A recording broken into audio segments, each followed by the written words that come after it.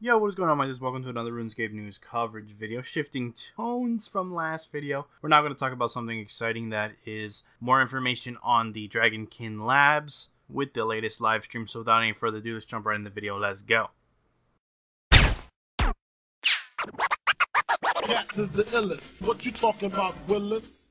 Alright guys, before I actually get started on the Dragonkin Lab itself, I want to talk about something about the Temple of Amanishi. Now, the reason why they didn't release the elite Sirenic body with the legs and helm was because some of the team felt that it was too overpowered to release all of them at once. Which, in all honesty, is a pretty lame excuse considering many bosses drop many different full sets of various different things. For example, Nex drops 3 tier 80 sets of armor. Araxor and Telos both drop 90 two-handed weapons and 92 two-handed weapons of all styles. So I'm really curious to see how that thought even came onto the team, that releasing the tier 92 power armor all in one go was overpowered for one style. Very interesting decision to say the least. Model Ryan wasn't forced to follow them, but he says that he did heed their advice, so ultimately is accepting the blame for it. But he has heard the player outcry and understands our point of view, and will be releasing the body soon. He said either this coming game update or the following week, so expect the body for the Elite Sirenic very shortly. It will require the ancient scales, just like the legs and helm, but also a new item purchasable with Dungeoneering tokens. This item was originally going to drop with the Elite Dungeon 3, so I wonder what that means for rewards in terms of the third Elite Dungeon, now that it is out of one less drop. Anyways, this also means that with Elite Dungeon 2, the Dragonkin Lab, it will also come with the full Tectonic set on launch, which is really cool and honestly how it should have been from the start, and will make the rewards feel much more feature complete on launch. So let's now talk about the Dragonkin Laboratory. Just to confirm, the entrance to the labs is a safe area. You cannot get PK'd there, much like Dungeoneering and Demonheim. There are talks of having some kind of way to enter through the wilderness, but you wouldn't be able to go through if you are in combat, so people can't use this as a way to escape a PvP fight. They may even also make that entrance a one-way street, so we're going to have to see what they decide on. Similar to Amanishi, how it sells teletabs through the reward shop, the Dragonkin Labs will also have teletabs telling you to the Dragonkin Lab entrance bought with Dungeoneering tokens. So you're able to do that, use the teletabs to get there, or the grouping system obviously, or the max guild boss portal. So there are plenty of ways to get to the Dragonkin Laboratory safely without having to deal with any PKers of any sort, so rest easy on that front. Currently, there is a wilderness cape seller here that also acts as a banker, and they're not going to be doing anything with him or doing any changes. He will remain there when the update launches, so unlike Temple of Amanishi, Dragonkin Labs will have a bank readily available at its entrance, which is a nice little difference that I'm sure a lot of people are going to appreciate, being able to restock up on your supplies after you kill a boss or after you reach a checkpoint, whatever the case may be. So that process has made all the more easier with this bank right here at the entrance. Also, I want to talk about the Elite Dungeoneering outfit.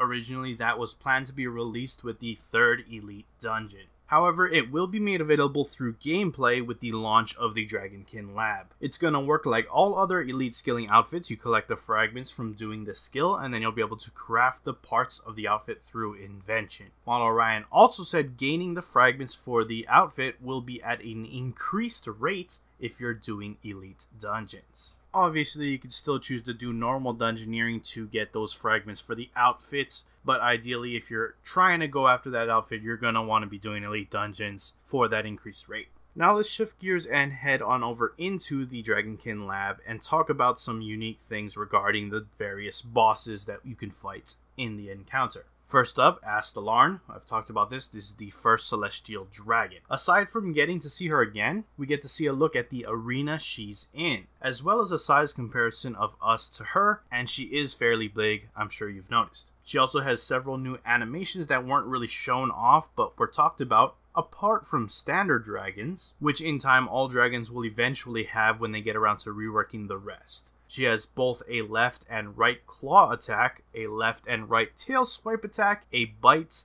and a cool new Dragon Breath attack. We also get a sneak peek of one of her unique drops. It was just mentioned on stream, however, it is an ability mutator codex for melee. Much like the Shattered Worlds was given a mutator to range, with upgrading Dazing Shot to mutated Dazing Shot. We don't know exactly which ability is getting improved just yet, and Model Ryan did say that it's not going to be a stackable effect like mutated Dazing Shots and Salt the Wound. So we're going to have to see what that turns out to be as we get closer to the launch, or we'll have to find out when it does launch. Which is something that I am excited to see how it pans out, because I feel like melee, although if you know what you're doing, can be some of the best DPS in the game, I feel like it is a very underutilized combat style, so if it breathes life into it that makes it worth using, I'm all for that, so here's hoping it does a good job. Moving on to the next boss, we have Vera Cliff. I've talked about this as well previously,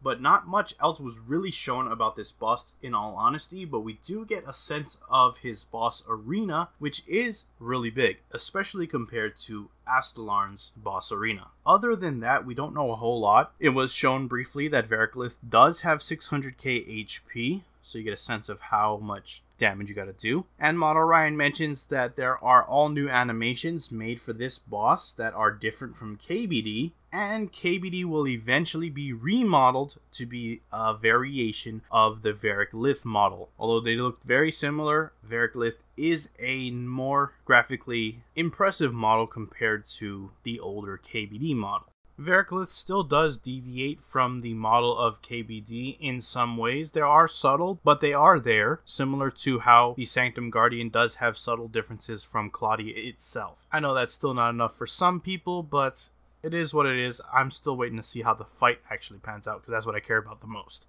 Anyways, moving on to the third boss. You'll notice a giant barrier. Now, I'm not sure if this is how it's going to look on launch, or if this is like a placeholder just for now or just for the stream to show off. But this will be the area you will bypass actually on your way to boss 2, Vera Cliff. Then after you finish off that boss, this new barrier will be completely open for you to traverse. It doesn't take you immediately to boss 3, however. Just based on them walking through it, it doesn't seem as abrupt as the Temple of Amanishi, where all you had there in that fight is directly after boss 2, you had to fight a bunch of defense pylons, and then you're immediately thrown at Seiryu. But this looks like you're actually still going to be fighting through mobs to get to that final boss. Another cool thing that they mentioned, there are those big barriers that are floating off in the sky, if you've noticed. They mentioned that this is so that the boss doesn't fly off anywhere it wants, implying that the final boss can indeed fly, which I know a lot of you are probably pretty interested to finally see dragons fly. I know we do see them in some circumstances, for example rune dragons, but to see a final boss fly like that is probably going to be pretty amazing to watch. Now, they didn't show off the boss itself, so there isn't really much more than we know about it than that. But the simple fact that we now know that this boss can fly is interesting in and of itself. It does make it so this boss has mobility that can lead to really interesting mechanics that we may have not seen possible elsewhere with any other boss encounter. We have seen other bosses fly in the past, like Kriara before the rework, and Calgarian in Dungeoneering, and Calphite Queen's second form, but nothing in an arena of this scale, so I'm really excited to see exactly if his ability to fly, this boss that is, has any type of mood change or mechanic difference that makes this particular fight stand out from anything we've seen in the past. And that'll pretty much wrap up all the new information with the latest live stream about the Elite Dungeon 2, the Dragonkin Laboratory. Let me know what you guys think about anything discussed in this video, about any of the bosses talked about. What do you think about the fact that we'll be able to get the bodies for the Elite power armors